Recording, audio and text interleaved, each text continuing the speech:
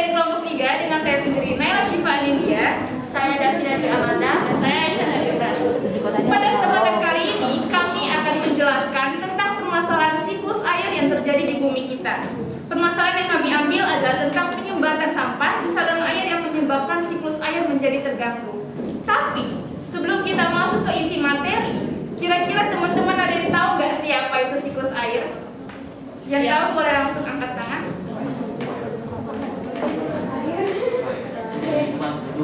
Siklus air perputaran proses air. Kalau ibu jawab boleh angkat tangan.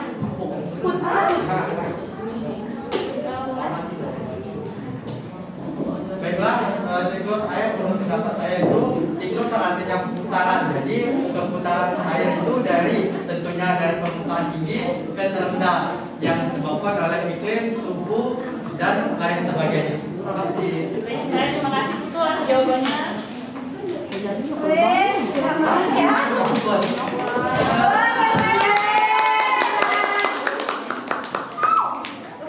Baiklah teman-teman, seperti yang kita tahu, siklus air itu terbagi menjadi 9 bagian. Yang pertama yaitu evaporasi atau penguapan dari badan air, yang kemudian adalah transpirasi yaitu penguapan dari tumbuhan, kemudian respirasi yaitu penguapan dari hewan dan manusia. Yang kedua adalah yang keempat adalah evapotranspirasi yaitu gabungan dari evaporasi dan juga transpirasi. Yang ketiga adalah kondensasi yaitu perubahan wujud air menjadi titik-titik air. Yang selanjutnya adalah presipitasi yaitu turunnya hujan setelah orang bergabung dan menjadi titik-titik air tersebut. Yang ketiga, yang selanjutnya adalah infiltrasi yaitu air jatuh dan meresap ke dalam tanah. Selanjutnya adalah perkolasi yaitu air meresap sampai ke bagian dalam tanah. Dan terakhir adalah runoff yaitu air mengalir di atas permukaan tanah.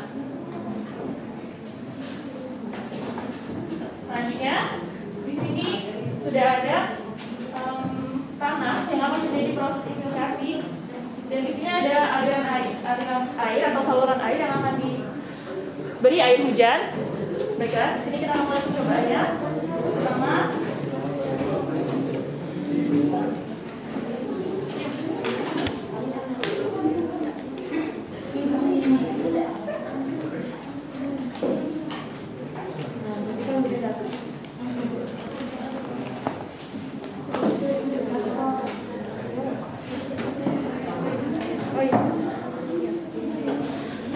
kondisi lingkungan alam yang sehat dan baik, saluran airnya juga bersih tanpa adanya sampah ataupun bahan-bahan yang menyumbat saluran air ini. Kemudian hujan terjadi. Hujan membasahi seluruh lingkungan ini dan kemudian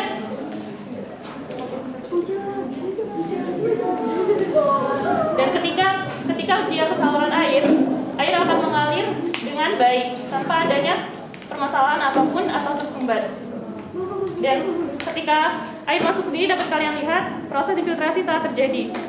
Apabila proses infiltrasi terjadi, maka proses selanjutnya seperti perkolasi dan runoff itu juga akan terjadi. Dan selanjutnya percobaan kedua yaitu ketika lingkungan kurang sehat dan juga saluran air telah tertutupi oleh sampah-sampah.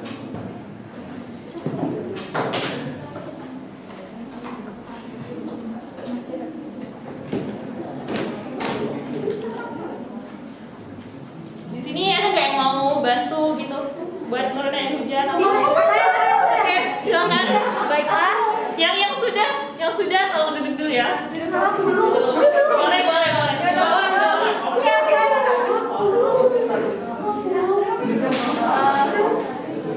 Izin? Duduk ya. Sini. Baiklah.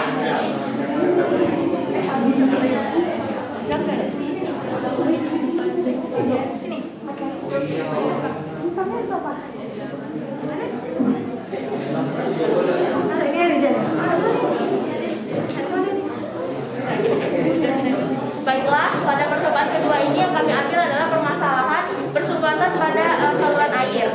Jadi sampahnya taruh di sini. Iya. Oke.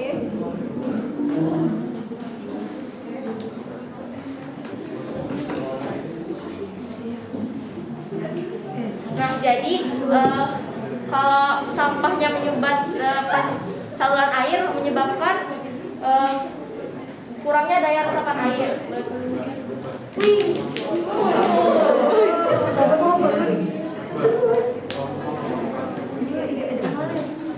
Dapat dilihat di sini aliran air tidak mengalir dengan baik karena tertutupi oleh sampah-sampah tersebut. Dan proses infiltrasi pun juga berjalan kurang baik dikarenakan air menyumbat dengan sedikit dan tidak beraturan.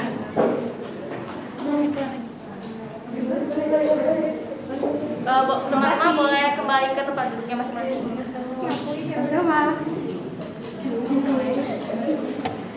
Baiklah, dari kedua percobaan tadi dapat kita simpulkan bahwa apabila saluran air yang bersih dan tidak tersumbat akan memperlancar siklus air terutama pada proses infiltrasi. Sedangkan apabila saluran air tersumbat terdapat sampah organik seperti kertas, kaleng, plastik, styrofoam dan sebagainya akan menyumbat saluran air. Ketika turun hujan, air hujan tidak akan meresap dengan baik ke dalam tanah sehingga proses infiltrasi tidak seimbang. Serta apabila air hujan akan meresap ke tanah, dia akan memakan waktu yang cukup lama karena air sudah tergenang di atas permukaan tanah. Resapan air hujan itu pula akan membawa zat-zat yang berasal dari sampah organik dan pada akhirnya menyebabkan pencemaran air tanah. Dan dari dua kesimpulan di atas dapat kita kaitkan dengan materi yang sudah kita pelajari, yaitu siklus air tentang infiltrasi yang sudah kami contohkan tadi. Ketika infiltrasi tidak berjalan dengan baik, maka proses perkolasi dan juga runoff tidak akan berjalan dengan baik juga, sehingga siklus air di muka bumi ini menjadi terganggu. Izin menambahkan, jadi apabila zat-zat yang dibawa oleh sampah ini masuk ke dalam air akan berdampak menjadi berkurangnya persediaan air bersih karena air tanah sebagai sumber air bersih sudah tercemar. Yang kedua, naiknya populasi bakteri-bakteri berbahaya, dan yang ketiga, turunnya tingkat kesehatan. Mungkin sekian yang dapat kami sampaikan. Apabila ada pertanyaan, boleh angkat tangan. Atau ada yang mengajukan pendapat kalian tentang percobaan ini, boleh.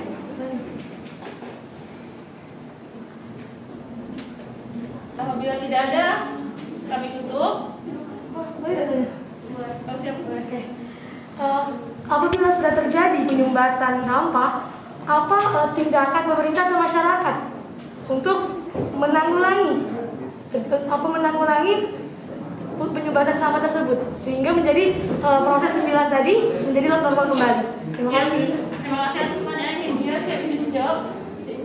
Penyumbatan air ini kan terjadi atau banjir ini terjadi kan karena sumbernya ini. Jadi terus terjadi juga karena daerah resapan airnya kurang. Maka dari itu sebagai pemerintah mungkin bisa melakukan reboisasi, dan kita sebagai masyarakat juga membantu pergunakan tumbuhan-tumbuhan ini kembali, dan kita juga gotong royong untuk membersihkan got-got atau sampah-sampah yang ada di saluran air di sekitar lingkungan kita. Mungkin itu untuk menjawab. Terima kasih. Boleh silakan. Izin. Jadi saya kenalkan, nama saya Zara Prayitno. Saya izin bertanya, bagaimana cara kita tuh menanggulangi permasalahan sampah tadi sebagai seorang pelajar, karena tentunya kita sebagai seorang pelajar ini nggak bisa langsung turun tangan ngajak teman-teman lain, itu masih agak minim kan itunya. Jadi gimana cara kita sebagai seorang pelajar tuh biar bisa mengatasi solusi ini gitu? Baiklah, izin menjawab. Peran kita sebagai pelajar dalam menanggulangi sampah ini adalah kita bisa tumbuhkan kesadaran dalam diri kita sendiri. Karena tiap orang itu tidak bisa berubah tanpa kesadaran diri dia sendiri.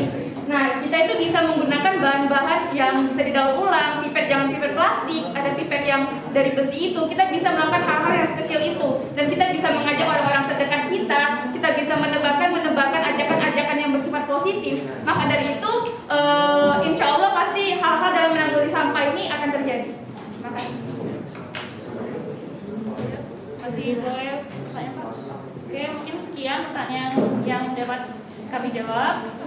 Dan saran saya untuk kita semua sebagai murid SMA Plus Negeri 17 yang baik, mungkin sudah sepantasnya kita menjaga dan mencintai lingkungan kita. Meskipun membuang sampah pada tempatnya adalah hal yang mudah, tapi masih banyak dari kita yang acuh akan hal tersebut. Maka dari itu, ayo bersama menjaga lingkungan.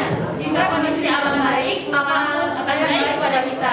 Wassalamualaikum warahmatullahi wabarakatuh. Waalaikumsalam.